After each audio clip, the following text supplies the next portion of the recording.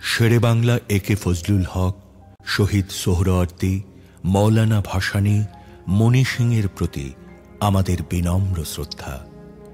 আমরা গভীর শ্রদ্ধা জানাই হাজার বছরের শ্রেষ্ঠ বাঙালি জাতির পিতা বঙ্গবন্ধু শেখ মুজিবুর রহমানকে।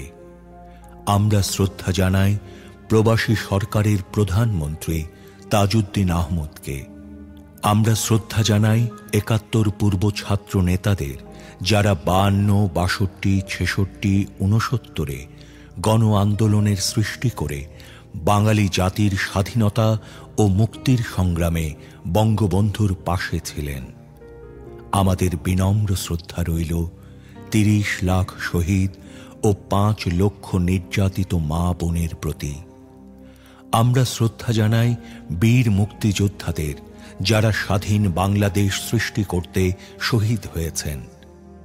আমরা শ্রদ্ধা জানাই লক্ষ লক্ষ মুক্তিযোদ্ধাকে, যাদের বীরত্বের কারণে আমরা স্বাধীন বাংলাদেশ সৃষ্টি করতে পেরেছি। আমাদের গভীর শ্রদ্ধা রইল ৭১ সালের সেই জনগোষ্ঠীর প্রতি, যারা সীমাহীন কষ্ট ও নির্যাতন ভোগ করে মুক্তিযুদ্ধের প্রতি অনুগত থেকে মুক্তিযোদ্ধাদের সর্বাত্মক সহযোগিতা দিয়ে স্বাধীন বাংলাদেশ সৃষ্টিতে ভূমিকা রেখেছেন। এদের সবার কাছে আমরা ঋণী।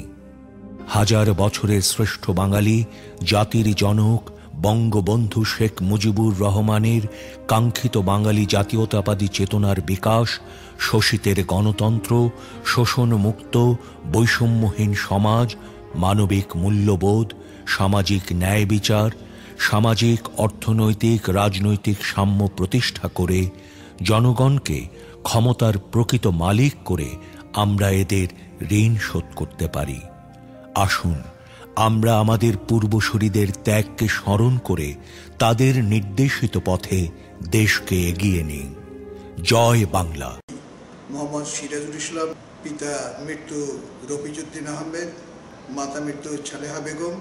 আমার স্থায়ী ঠিকানা সাঙ্গ পোস্ট কটকটিয়া, থানা পরশুরাম মেট্রো থানা, রংপুর। আমি মহান মুক্তিযুদ্ধের সে সময় ছাত্র ছিলাম। আমি ক্লাস 9-এ অধ্যয়নরত ছিলাম। স্কুল মনোহর হাই স্কুল। 26শে মার্চের পর 28শে মার্চ রংপুর ক্যান্টনমেন্ট ঘেরাও হাজারো জনতার সঙ্গে আমিও ছিলাম। নেতৃত্বে ছিলেন তৎকালীন রংপুরের এমপি সিদ্দিক ভাই, আরও অনেক ছিলেন। ওদিনেই 28 তারিখে তিস্তা নদী পার হয়ে কালীগঞ্জ হয়ে জাউরনিতে পৌঁছে, তখনও ভারতে আমাদের মুক্তিযুদ্ধের কোনো সংগঠকদের পৌঁছে নেই। আমরা চন্দ্রপুর ইউনিয়নের আওয়ামী লীগের সংগ্রাম কমিটির সভাপতি মরহুম ইজ্জত আলী মাস্টারের বাড়িতেই অবস্থান করি, প্রায় 15 হতে 20 জন। ওখানে ইপিআর, তৎকালীন ইপিআর, 2 জন ইপিআর কর্তৃক সেখানেই প্রাথমিক প্রশিক্ষণ নেই, রাইফেল ট্রেনিং। 10-15 দিন থাকার পর আমরা কুচবিহারের সুভাষপল্লীতে যাই। সুভাষপল্লী থেকে কুচবিহারের টাপুরহাট বিএসএফ ক্যাম্প, সেখানে প্রায় 1 মাসের মতো প্রশিক্ষণ নেওয়ার পরে সম্পূর্ণ প্রশিক্ষণ শেষ করি। মনে করছেন যে এটা আমাদের শেষ প্রশিক্ষণ। তারপরে 17 এপ্রিল মুজিবনগর সরকার গঠন করলে আমাদের আবারও হায়ার ট্রেনিংয়ের জন্য মুজিব ক্যাম্পে পাঠায়। সেখানে প্রায় 28 দিন প্রশিক্ষণ নেওয়ার পরে মুক্তিযোদ্ধাদের মধ্যে প্রথম কোম্পানির একজন কোম্পানি 2IC হিসেবে দায়িত্ব পালন করি। নীলফামারী জেলার চিলাহাটি সহ ওই এলাকায় যুদ্ধ করি। পরবর্তীতে গঙ্গাচড়া, কালীগঞ্জ থানার দায়িত্বপ্রাপ্ত যুদ্ধকালীন কমান্ডার হিসেবে আমি দায়িত্ব পালন করি। আমি যুদ্ধকালীন কোম্পানির সহকারী কমান্ডার ছিলাম, 2IC।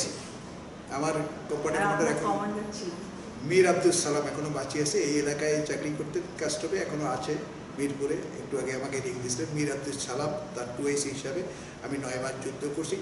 সর্বশেষ আমি 10ই ডিসেম্বর গঙ্গাচড়া থানা আমার নেতৃত্বে আমি দিনের বেলা অপারেশন করছি। সেখান থেকে বেশ কিছু রাজাকারকে ধরি, কয়েকজন পুলিশকে ধরি এবং খান সেনা একজনকে ধরি, আমি নিয়ে আসি।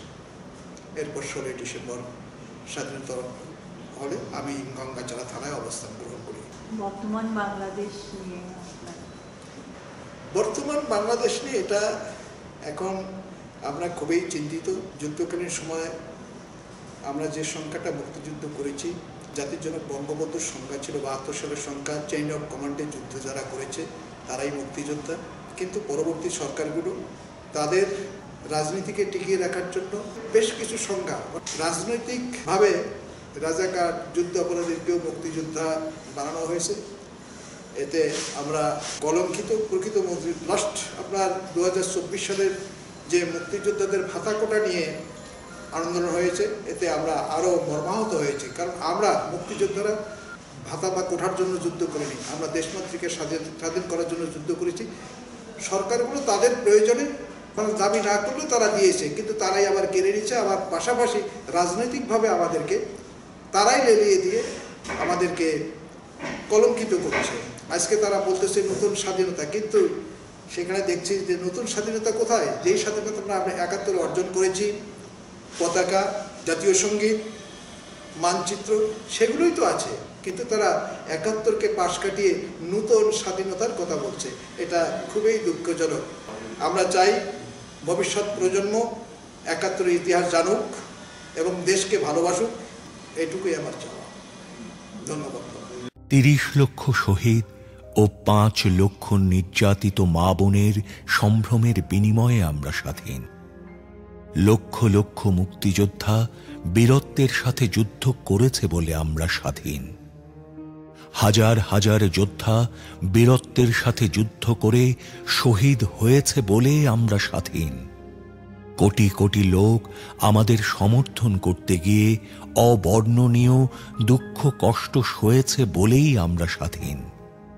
হাজার বছরের শ্রেষ্ঠ বাঙালি জাতির জনক বঙ্গবন্ধু শেখ মুজিবুর রহমানের কাঙ্ক্ষিত বাঙালি জাতীয়তাবাদী চেতনার বিকাশ, শোষিতের গণতন্ত্র, শোষণমুক্ত বৈষম্যহীন সমাজ, মানবিক মূল্যবোধ, সামাজিক ন্যায় বিচার, সামাজিক অর্থনৈতিক রাজনৈতিক সাম্য প্রতিষ্ঠা করে জনগণকে ক্ষমতার প্রকৃত মালিক করে আমরা এদের ঋণ শোধ করতে পারি।